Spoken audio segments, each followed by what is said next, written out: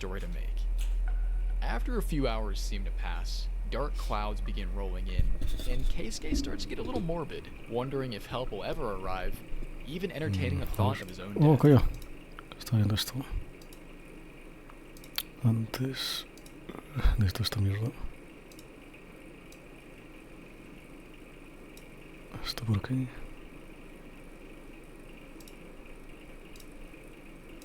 He totally starts Ahora está internally viendo shitting esto. himself. Me parece While we interesante. fall further and further into despair, Takaya goes around and checks on the others. He talks to Irene for a bit, and gets Nobuhiko to begrudgingly lend him his lighter so he can start a fire. It's Está gonna get interesante. dark soon. Now, after Takaya sets up camp, you don't want to miss this. Go on. Lo pongo You desde el guys inicio. remember video game creepypastas, right? Remember video game creepypastas, right? The Sí, stories están typically all creepypastas. play out the exact same way. You know how it goes. Someone finds a copy of a weird game at a garage sale or on a mysterious website. And it Ahora proceeds está to viendo ruin esto. their Quiero ver life, cómo está. haunting them or showing them A ver si unspeakably puedo quitarle scary el puto visions, wow. like ¿Cómo se traduce? realistic blood. El puto tambaleo de The pantalla. events were scarcely even remotely believable, but Se mueve back in muchísimo. my mind, I always wish some of them were true. I mean, in the vast expanse of the internet, who's to say what bizarre Quiero ver qué tiene en la creations parte de slip through the aquí. cracks over the years. Okay, sure, you might not come across a cursed game or anything like that. I don't think it's a stretch to believe that somewhere out there are some truly disturbing games waiting to sink their teeth into another victim, all but forgotten by their fans and perhaps even their creators. As it turns out, I happen to have found something recently that meets those criteria.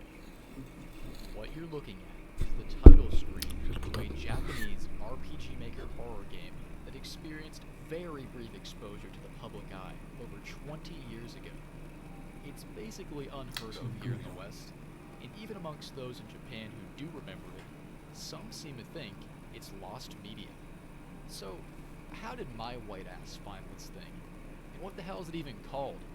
Well, strap in. You're about to hear some real-life creepypasta shit. Over the past few months, I had been searching around for RPG Maker horror games that I'd never heard of. If you didn't know, Oh, RPG Maker was basically my gateway into PC games as a whole. Before I had my own source of income, these games were comfy, simple solutions to an evening of boredom. After years and years of playing them, naturally, the excitement kind of started to wear off because I felt like I had seen all there was to see. From Aoni to the Witch's House to more obscure stuff like Perret M. Peru, I had played the classics and plumbed the endless depths of the less than stellar games. To mix things up a bit, I decided I'd make use of my modest Japanese ability and do some searching around on less familiar forums. I looked through old blogs, archived forum posts, and Yahoo Answers threads. And to my surprise, I didn't really find anything different. Yeah, I should have known better, but stuff like Aoni and the Witch's House are even more popular in Japan than they are here. After all, that's where they were made. In the first place. After a while, I kinda gave up on my search, typed scary RPG Maker game into Google Images in Japanese, and just started mindlessly scrolling. A last ditch effort to maybe salvage the past few hours. At some point, I zoned out and stopped paying attention, just scrolling along, and eventually, I stopped. On this picture, aside from being generally creepy looking, I couldn't even really tell you what it said. Goo-E? Goo-L? I was absolutely captivated. Now don't roll your eyes. I'm not trying to sound like Captain Ahab describing Moby Dick, but it was like this game just suddenly manifested into existence. In a sea of familiar sights, there it was. An off-puttingly strange-looking new game, buried for God knows how long. So I switched back over to English, and I did like 10 or 15 searches. I typed in variations of what this game's title looked like, and guess what? Nothing. Nothing for GUI, nothing for GUL. I figured, okay, maybe it says ghoul. So I tried that too, and again, nothing. Now, I basically had to figure out what this game was. I switch back over to Japanese, and I have a bit more luck. Oh We got shit. some blog posts, Really and even a rough. few videos. At this point, I'm thinking, okay, case closed. I click on a video just to get a look before I play it myself, and right off the bat, I'm impressed. We have this big cast of characters exploring a mansion. There's custom art, a lot of dialogue, some creepy looking set Se mueve pieces. muchísimo It esto. looks great. I even get to hear the title of the ¿Por qué game. había que hacer It's esto? called Guru, or Oh, so I was right. It really feels Oh, like ¿cómo se I'm quitó esto? starting to get somewhere. So, I open the description, hoping to see a download link, and there oh, it no sé is. cómo se quitó. And A guess ver. what? It's a fucking dead link. Yup, it's gonna be one of these. Seeing at least a video left me with some hope. At least somebody's played it, and there are some views on this guy, so my next best guess is that somebody re-uploaded the file somewhere. But as I continue my search, I just get more and more desperate. Every link I find is a 404. I came pretty close to giving up entirely when I found a thread in which someone who remembered the game from years ago was asking where it could be found today, and nobody really gave them a concrete answer. If Japanese fans could find this fucker, why would I be able to, right? Towards us from the I decided top to side, give from it the hinge one side last shot, toward us, and I so we searched can up release the something tabs really that are stupid here on the Japanese. top. Google Esto es download link 2023, Está no todo conectado. viruses, A ver. please God help me. Just Now a it pure just- Hail Oh, Mary sí. A ver. bullshit search, because I was about Oh, done. sí, esto. I was ready to tap out. Todo conectado. After a bit of scrolling, I'm talking page 3 of search results Vamos a type ver. shit, I found a new blog I'd never seen before. Someone devoted to tracking down an entire list of games that were lost over the years. So, you're not gonna believe this, but check it out. Whoever made this blog preserved an article from 2001 Mierda. A about ver. Ghoul using the Internet Archive. A page from Enterbrain's website, no less. The company that took over RPG Maker after ASCII Corporation. Let me show you this. Aquí es donde está The toda la article magia. is specifically from March 2001. Esto no Enterbrain sé. was holding these monthly contests where they would highlight games made using their software, even giving out monetary prizes to the winners. Take a look at Oh, what ¿y came cómo out ves on esto? top this month. Ghoul, winning the highest prize of 30,000 yen. Created by someone known as Yubu Yakijo from the Hyogo Prefecture, Ghoul is described by the contest judge Oh, as tengo que having a quitarle todo. gripping story, unique combat gameplay, and thrilling life or death scenarios. Or even shown some user reviews, which I thought was pretty crazy. One quote from a 20-year-old female player calls the Creo que game solo habría que scary hacer yet esto. interesting, albeit a bit confusing at times. Another from an 18-year-old male is a bit more critical. He brings up the author's past work, a series called Paranoids, and says that while this game is an improvement over those, Soy yo. the experience is brought down by bugs, typos, and frustrating firearm Este es el mistakes. image. Oh, Funnily enough, no, ¿qué es eso? Yakijo Mierda, la puta even cámara. comments on their own game, expressing thankfulness to those that played Ahora it, poner cinco. while also apologizing for the game's bugs and glitches. Hijo de puta, casi se And at rompe. the very Soy muy bottom sensible, of toco the ahora. page, you really won't believe it, a download. A ver. And it worked. I very nearly shat myself when I clicked this tiny button and the game downloaded. A whole 5 megabytes. Vale, puedo poner esto. So, here we go. Without a doubt, the most obscure game I've played on the channel, and maybe in my life. How does Ghoul hold up over 2 decades after its release? Was this a game better off left in the dust where I found it? Or are we working with something sorely unrecognized in the present? You know how it goes. Let's dive into this and see what we can uncover. Algo así. Creo que necesito demasiado. Alright, first order of business. Este es un I want you to problema. check Tengo que this quitar la out. parte de abajo.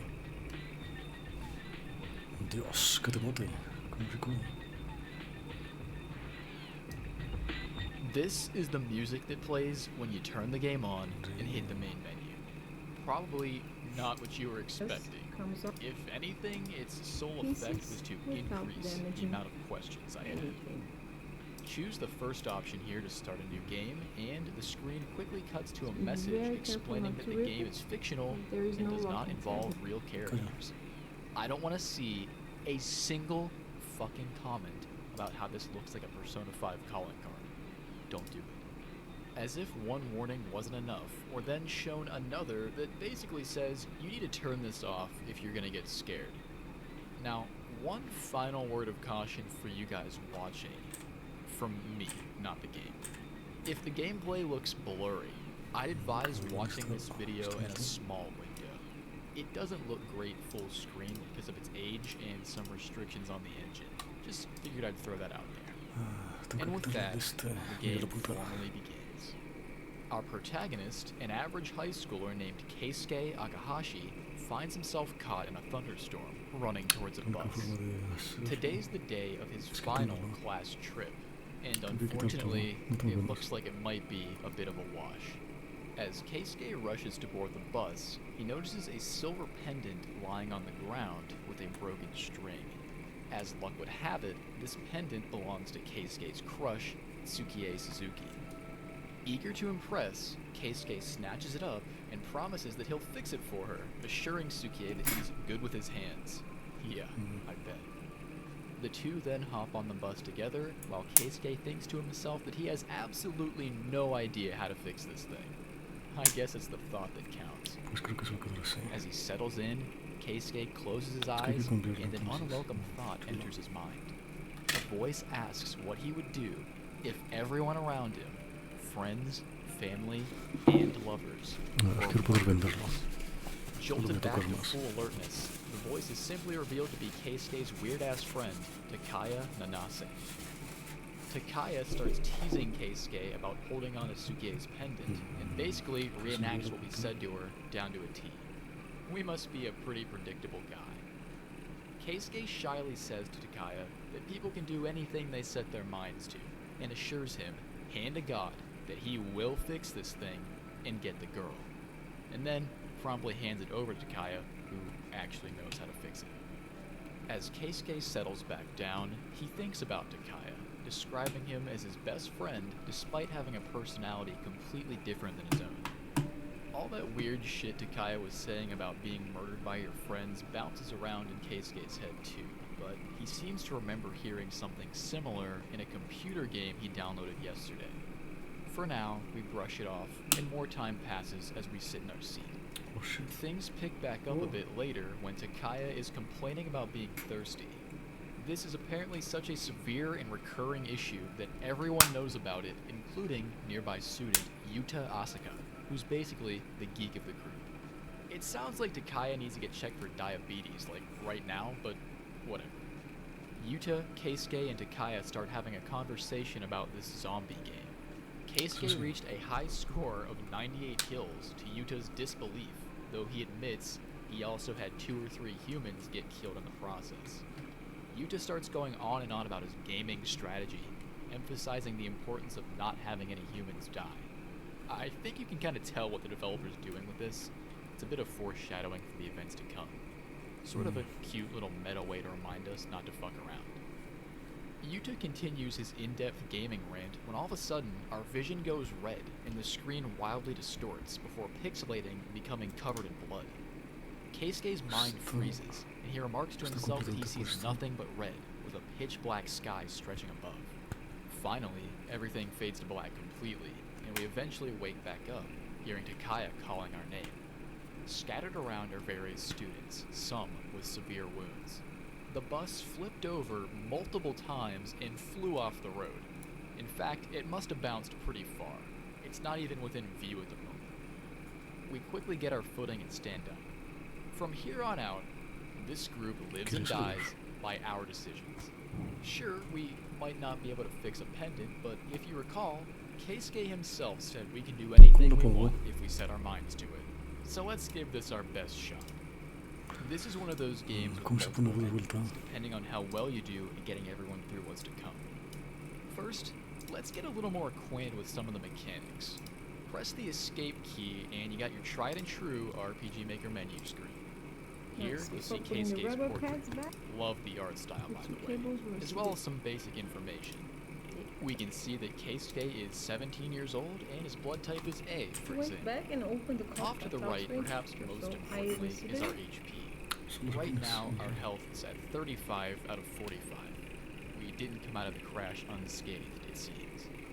Along the left, we have a series of other screens we can click into. First on the list is tools or items, an extremely vital screen. Most of the time, you're going to be working with this one. This is where anything you collect ends up, from weapons to healing and more. It's not really organized or anything. You just get a huge ass list of every item you picked up. It's simple and dirty. Below that, we got firearms and special skills. This is a more combat heavy game than you might imagine. Each character does have some special moves with varying usefulness, and there are a few interactions with guns that I'll explain later. It's gonna be a minute before we find one of those. Next, we can view our current equipment. In my experience, this was practically never used, so it's just a byproduct of it being an RPG Maker game, primarily used for immersion in this game. Keisuke has a small knife in his pocket you can look at, and you can't change it. Oddly, even when you do find guns and shit, you don't equip them in the equipment screen. It all takes place over in the items list. When you start working with other students more directly, it can be funny to see what they equipped, but besides that, not much going on here. After this, our next option lets us save. You can save the game whenever and wherever you want, as long as it's not during a cutscene. For the sake of fun, I'm not going to save scum or anything like that, so if I fuck up, we're going with it, and what happens is what happens. Finally, the last option just lets you quit the game. You will notice we have 5,000 yen at the very bottom of the menu. That actually does come into play later, but for now, it's pointless. Now that we got our shit straight, we should probably see how everyone else is doing. I paid $12. If we speak with Takaya again, he asks if we can understand him and basically relays the obvious. There was a big accident and we happen to survive. Takaya recalls crawling out of the bus covered in blood, not wanting to touch anything. He assumes that everyone here is what's left, and that anyone still back in the bus likely died in the crash, suggesting we examine the wreckage for ourselves if we can. Off to the left of Takaya is this aloof, somewhat rude guy named Stomu Tanaka. Keisuke doesn't know Stomu very well, and simply refers to him as the fat kid from class. Kind of a low blow there, I don't know. Stomu remarks that he'll never eat meat again after crawling out of that burning bus wreckage. How pleasant. To the lower right is Nobuhiko Ida. You could also call him somewhat rude. Nobuhiko is a delinquent who seems to hate everybody. He smokes in class, he beats the shit out of people, and Keisuke says you really don't want to be caught anywhere around him. You know, we're not off to a great start here. Above Nobuhiko are a couple of girls. The one sitting down is Ami Nishihara, a quiet student who's often seen hanging around Akiko Nijima, the girl who's standing. Akiko has a much more commanding personality, wears heavy makeup, and seems to boss Ami around. According to Keisuke, they're a perfect match for one another, but he seems a bit afraid of Akiko. Opposite these two girls are two more. On the left, we've got Tsukie, who we're already well familiar with. On the right, we have Ivy Saijima, also known as Irene. Irene is an American student who doesn't speak Japanese very well, represented through an odd mixture of hiragana and katakana characters in her dialogue. Ironically, reading her dialogue was pretty much effortless because we probably have about the same level of knowledge. Irene is bleeding heavily from her arm and is easily in the worst condition out of everyone. Despite this, she's very friendly and polite, though she's obviously quite weak at the moment. We'll definitely want to try and patch her up when we can. Let's wrap up intros and see what we can do. On the other side of Irene is Satoshi Maizawa, who Keisuke is comfortable around. She's easygoing and gets along well with Yuta, who's seated on the ground next to her. Last up, we've got this dude on his own near a clearing in the trees. He suggests perhaps not going up ahead to look at the bus. This is Eiji Kanzaki. Keisuke knows practically nothing about him and refers to him as quiet and pretentious. We've done all we can do here for now, so this guy's not going to stop me. Let's go ahead and see if there's any more survivors. Move on ahead, and yeah, that idea kind of goes out the window. The bus is absolutely toast, and is basically soaked in blood that streams from the windows and doors. Keisuke has a hard time coming to grips with the fact that he was just on this bus and starts to get unnerved about the smell. An unbelievably horrible mix of burnt tires, burnt trees, and blood. Keisuke's so disgusted by the sight and smell of it all that he even admits if someone were to come crawling from the wreckage right now, he would absolutely hate it. Take a look at this little shiny spot over in the dirt. This one's pretty obvious, but you'll want to keep an eye out for these. These signify important items, and what we have here is an emergency first aid kit that must have flown out the window. Meds are in limited supply, so we need to be smart. We get a couple of packs of small band-aids, some larger medical grade wrapping, and disinfectant. The fact is, most of our group is at least a little banged up. You can choose to heal all of them if you want, but you'll quickly find your supply kit is much lighter afterward. I immediately decided to heal my own wounds, and then I went back to report to Takaya and also help out Irene. Takaya asks if we understand the gravity of the situation now that we've seen the wreck for ourselves. Contemplating what to do next and realizing that nobody has any cell signal, of course, the group decides to shelter in place. A surprisingly logical decision for a group of characters in a horror story to make. After a few hours seem to pass, dark clouds begin rolling in, and Keisuke starts to get a little morbid, wondering if help will ever arrive, even entertaining the thought of his own death. He totally starts internally shitting himself. While we fall further and further into despair, Takaya goes around and checks on the others. He talks to Irene for a bit, and gets Nobuhiko to begrudgingly lend him his lighter so he can start a fire. It's gonna get dark soon. Now, after Takaya sets up camp, you don't want to miss this. Go on over and offer to patch up Irene's arm. If you neglect to help her out here, I assume she dies after a while because she's been bleeding for hours at this point. I wanted to do it as soon as I found the first aid kit, but it only seems to be possible once you've basically secured the scene and calmed down a bit first. It puts a dent in your supplies, but I don't know, just don't mess up and you won't need to use any on yourself later. Easy, right? Whatever you end up doing, this trip goes from pretty shitty to complete unsalvageable ass as a storm rolls in, extinguishing our fire and forcing the group to head deeper into the woods in search of shelter. As we all begin our miserable trudge through the rain, Keisuke looks to the sky and sees a red lunar eclipse. He remarks that he had hoped to see this night during a trip, but with all that's happened, it kinda just makes him feel bad. After a long while, the group finds themselves at the front door of a luxurious Western-style mansion. You know, just out here, in the woods, no road or anything. I half expected to see Chris Redfield pop out. Stomu starts banging on the door, screaming his lungs out, begging someone to come and save us. Takaya tells him to calm the hell down a bit and get a grip, but someone does answer. It's a maid, and she kinda just gives us the 1,000-yard stare. Not 3 seconds pass before Keisuke's inner monologue says he has a bad feeling about it. The maid then begins to speak in a very bizarre way. Really slowly, as if each word was its own sentence, with a long pause between each one. She says she understands what we're here for, and invites us in, introducing herself as Azumi. The group is clearly weirded out, but we all decide to go in for the sake of the injured.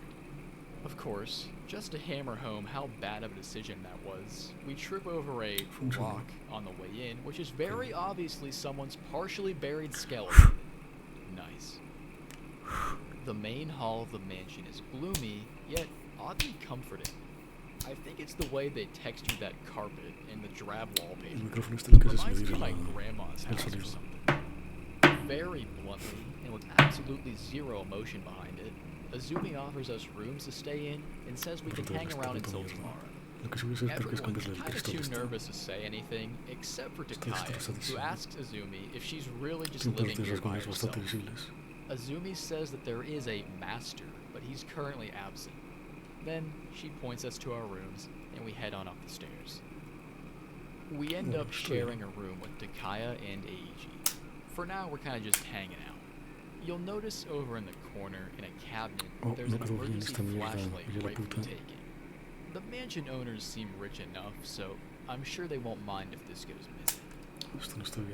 If you check on the boys, you'll find that Takaya thinks a mansion with one guy living in it is totally pointless, and that something really doesn't add up. Keisuke simply suggests that most of the residents have passed away, but Takaya's not convinced and assures us that he will make it out of here alive and return home to his mother. Eiji, staring out the window, says he can't see anything. I mean, it is nighttime in a fucking thunderstorm, buddy. After this, we actually lose control of Keisuke for a bit and get to watch a few scenes of what the others are up to. First, we see Irene, Sukie, and Satoshi talking about how they would have been studying for an upcoming exam right around now. It's a sweet and pleasant conversation. You really don't want anything to happen to these three. I mean, come on. Everyone else is anxious as shit, trying to figure out if Izumi's gonna eat us for dinner, and this little group's all just butterflies and rainbows. Gotta love that. Then we see Ami and Akiko, who have the room just to themselves. Ami apologizes profusely for causing trouble for the group, even though she didn't, and Akiko just says that she doesn't have to apologize for everything. Ami then apologizes for apologizing for everything, and we're on to the next scene. Finally, in what is absolutely the best scene out of all of them, we have Yuta the gamer stuck in a room with Nobuhiko and Stomu, who's like laid up in bed eating a bag of chips or some shit. Stomu says this is his emergency food, and Nobuhiko loses his goddamn mind when he tries to smoke a cigarette and can't find his lighter. He starts stomping on furniture, screaming curses like over and over again, and the only way to get him to stop is to find it for him. Here's a little hint for you. It's on the cabinet literally right next to where he was sitting. Dudes go 30 seconds without their jewel and don't know how to act. After the fun dies down, we jump back to Keisuke, who has the bright idea of sneaking out on his own to survey the mansion for himself.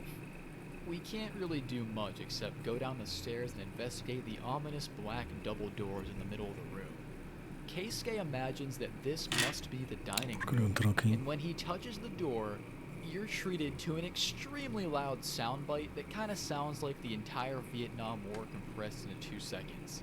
I'm pretty sure there are some horse noises mixed in with this, no joke.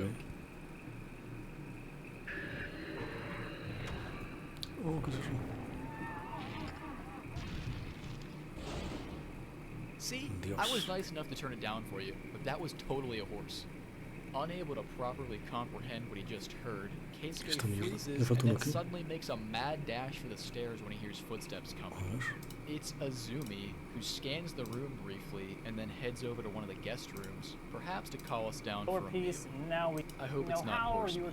Now we can roll. We rush back to our room to avoid being caught out in the halls, but when we step in, we experience a strange flashback. Not of Keisuke's life, but of someone who lived here in the mansion. Two nurses trying to deliver a child are frantically working to save the life of the mother, whose vital signs are decreasing. The main doctor urges them not to give up, and then we're shown a room somewhere in the mansion, and someone speaks Izumi's name. I hope it's not horse meat. We rush back to our room to avoid being caught out in the halls, but when we step in, we experience a strange flashback. Not of Keisuke's life, but of someone who lived. Keisuke freezes and then suddenly makes a mad dash for the stairs when he hears footsteps coming. It's Izumi, who scans the room briefly and then heads over to one of the guest rooms, perhaps to call us down for a meal. I hope it's not horse meat. We rush back to our room to avoid being caught out in the halls, but when we step in, we experience a strange flashback. Not of Keisuke's life, but of someone who lived here in the mansion. Two nurses trying to deliver a child are frantically working to save the life of the mother, whose vital signs are decreasing. The main doctor urges them not to give up, and then we're shown a room somewhere in the mansion, and someone speaks Izumi's name. When we come back to reality, Takaya looks terrified. He'd apparently fallen asleep, and what we just saw was the dream he was having. Before we have too much time to think about that, Izumi pops in and whisks us away to the dining room. Guess we really are gonna get some free food. Everyone's going batshit insane at the table, eating this massive spread of food, except for Keisuke, who has a little goo-goo tummy ache and doesn't want to eat right now. Takaya urges us to eat something to no avail, and Stomu, unwilling to just let the fat jokes finally die, says he'll eat our plate for us. He eagerly scarfs it down and promptly plops over on the floor and begins screaming and vomiting blood until he is fucking dead. What the shit did Azumi put in this? And wait, why did that happen when he ate our plate? Yeah. Oh shit. As the group collectively spirals into anarchy and panic, Keisuke makes that same connection. Everyone else is fine, and Stomu only died when we gave him our plate. This shit was targeted! I would've taken the horse meat over fucking cyanide. Keisuke starts hyperventilating and has a full-blown panic attack, while some of the others who can keep their nerves start to theorize about why this would have happened. Tsukie, disgusted by some of their reactions, is shocked at how they're just throwing around words like poisoning and murder so loosely as they stand over Stomu's body. Eventually, Azumi casually strolls in, and everything gets real quiet as she simply asks what happened. Takaya says it's just as it looks, and Azumi, stone-faced as ever, asks why we're still alive. Oh, okay. I thought she was just playing dumb for a second. No, it's personal now. She really wanted us dead, and she's not even shy about it. With the whole charade out in the open, Azumi opens up the door at the far end of the room, and a group of guys in white coats roll in this old man on a wheelchair. One of his eyes is rotting out of his face, and he's covered in wires. The man introduces himself as Kozo Nagata, the master of the mansion. Nagata tells us to hold off on questions for the time being and let him talk for a bit. Eiji shouts at him anyway, and Akiko even starts stepping towards him, but Nagata then draws a pistol, and that changes the dynamic of the conversation. Here we go. Nagata says he'd like us to assist him with some research. A truly wonderful experiment destined to bring great wealth to Japan. With his immense brass balls, Takaya decides to interrupt Nagata with a gun pointed at him and asks why the poison was directed at Keisuke. Nagata laughs that off as an accident and loses his focus for just a second when he sees Takaya's face, before regaining his composure and assuring him that he got the result he wanted. Nagata then makes a sly remark about Azumi's ability to follow simple commands, so it sounds like he dug around in her brain and made her into a mindless slave. Well, fuck. I guess we just showed him the fruits of his hard work. Nagata says this has all turned out to be quite the opening act, which pushes Takaya over the edge. Takaya charges him, gets right up in his face, and then gets shot straight through the chest and dumped into a trap door on the floor. Holy shit, old man. Save some of us for later, will you? At this point, it's just too much for us kids. We're all screaming our heads off again, and Keisuke is at a total loss for words, his mind seemingly imploding with disbelief. Eiji nearly gets himself shot too, but fortunately we hold him back, and Nagata just keeps going with his speech. He says that we're about to participate in a game, where he is the final boss. Using hidden cameras throughout the mansion, Nagata will monitor our progress and collect research data until we're either all dead or we find and kill him. He admits that this might sound like a harsh game, but tells us to remember that we are probably going to die out in the woods anyway. Nobuhiko is the next one to try and take a swing at Nagata, but the old man has some reflexes and puts his gun right up to his mouth, saying that the game hasn't started until he leaves the room. Yeah, that's fair. I guess it'd be kinda anticlimactic if we just beat him to death right now. On that note, Nagata gets wheeled out of the room and Azumi just walks off. And the game wastes no time with getting started. The mutated upper half of a scientist bursts into the room, and it's do or die, our first fight for survival. The creature begs us to help it, and then attacks. Let's put this guy out of his misery, and see if we can track down Nagata. For this introductory battle, your party is Keisuke, Akiko, and Eiji. Later, we'll get to decide on our own combat team, but for now, let me show you how the battle system works. Honestly, it's pretty simple. You have three basic options. You can choose to give your team orders, have your team go balls out for a turn and just focus on pure damage with no input from you, or run away. Usually, you just want to assign commands. Each character can attack with their melee weapon, use a special skill or firearm, defend, or use an item. This thing might look scary, but for a lot of the monsters around the mansion, they don't really hold up that well against 3 or 4 adrenaline-fueled teenagers beating it to a pulp with a stick. Your best bet is to start off with melee, and if you end up taking heavy damage, or you can't put a dent in whatever you're fighting, then you switch over to your expendable equipment and supplies. If one of your team members falls in combat, they actually aren't dead and can still survive the game, but they won't be able to fight with you anymore unless you find a pretty rare medicine to help them out. If you take too much damage in combat, you will get a game over, so keep that in mind.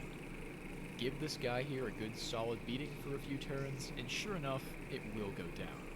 If you somehow get into trouble, AG has 80 HP, so just have the others defend and let him do the work. Dude might be quiet, but apparently he's buff as fuck too. Oh yeah, and check this out. Sometimes when you do an attack, you'll get to hear what the character sounds like. Honestly, pretty crazy. As the mutated scientist stops moving, the group gets one little burst of panic out of their system, and then it's game time. We all decide to ditch the dining room, and we're given the opportunity to choose someone to explore with us and scope out a new hiding spot.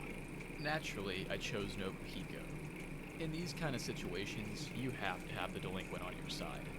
He wields a butterfly knife and is constantly pissed off, and that's the kind of energy we need right now. Back out in the main hall, you'll notice the entire place is now infested with monsters.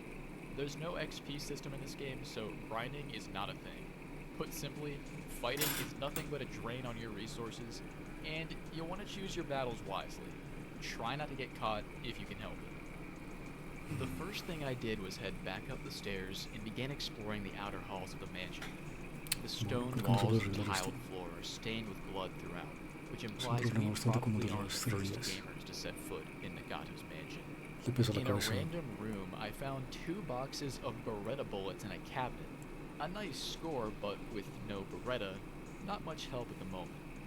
When I left this room, one of the statues in the hallway, previously motionless, came to life and landed a quick scratch on me, which I then had to patch up with my waning medical supplies. You can't seem to fight the statues, unfortunately, so if you see one, just focus on avoiding it at all costs. I also came across a door that was unlocked, but barred shut, and that put a pretty quick end to my exploration of this side of the mansion. Retracing my steps, I began carefully creeping back out into the main hall, paying special mind to avoid the mutant scientists, when I was suddenly attacked by this thing. This shit flew across the room so fast I couldn't even see it. It's just a mouth, but why? How did Nagata even make this? It wasn't here a few minutes ago, but let me tell you, they are a regular occurrence throughout the mansion, and you basically can't avoid these either. Once it catches wind of you, it flies like 9,000 miles per hour at your face, and you have to fight it. Thankfully, they're incredibly weak, but I guarantee you'll get jump scared at least once. From here, I did a quick scan of the guest rooms we were all in before. One of them, practically empty except for a fireplace, seemed to be a decent spot with enough space for the whole crew. So, everyone decides to move up here. Nice. At least we have, like, kind of a home base now. From here, I kept going door to door, looting a few spare bandages from some cabinets. At some point, curiosity got the better of me, and I decided to make a break for the front door and abandon all of my friends. But I was quickly hounded by rotten dogs. Lo quería para poder ver si podía grabar la otra pantalla del 3DS, pero la calidad de imagen es muy mala. Captura el efecto 3D más o menos, pero la calidad de imagen es terrible. No se aprecia bien.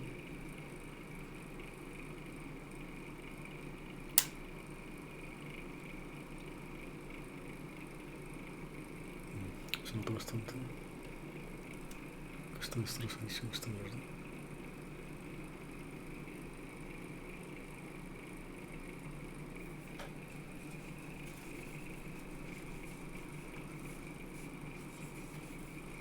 Me gustaría cambiarle este también. Se ve terriblemente los rasgos que tiene. Ok.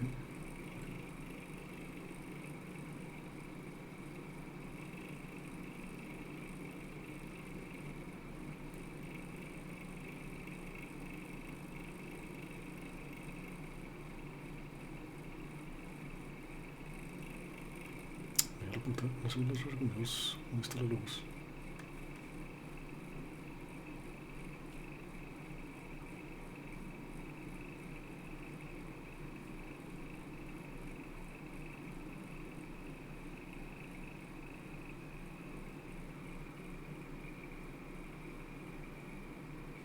Bueno, chuparla. Levantaré.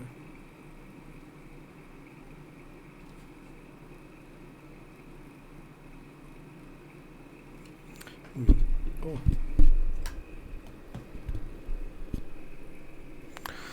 Excelente. Levantaré y conseguir una tarjeta gráfica.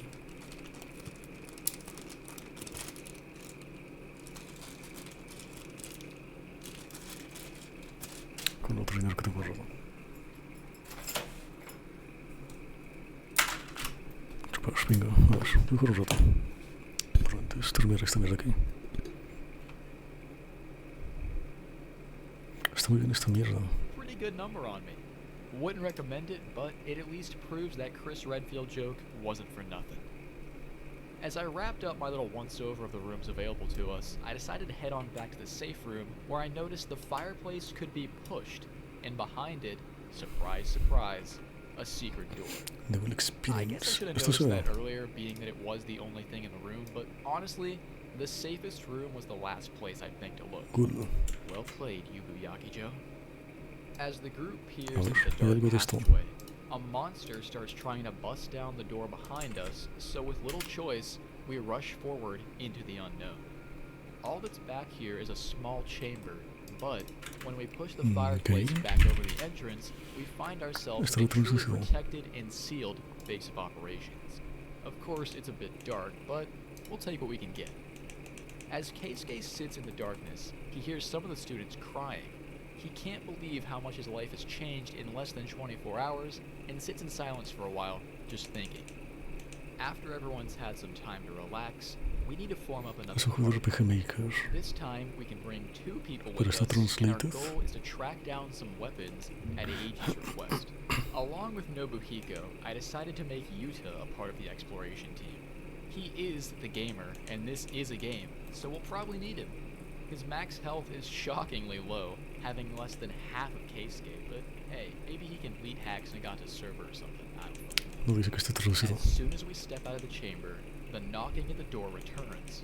Check this out. It wasn't a monster, it's Takaya, but he's different. The bullet wound on his body is gone, and Keisuke notices that one of his eyes is red. It makes no sense how he's alive or how he got out of that pit. But after filling him in on everything that's happened and our new mission to seek out some weapons, he comes along for the ride, boosting our squad up to 4 people. Look at him, there's so obviously something wrong here. I love it. Heading down the stairs, I snuck my way over to the lower right side of the mansion, where I found Azumi just chilling out and sweeping the floor. All she says is, I'm cleaning now, and barely acknowledges us, so I left her to Cuenta todo el juego. Bueno, me lo veo después. No, es que mejor un poco de Skullbringer. Skullbringer. Hola. ¿Qué mierda? Se ha quedado otra vez la puta página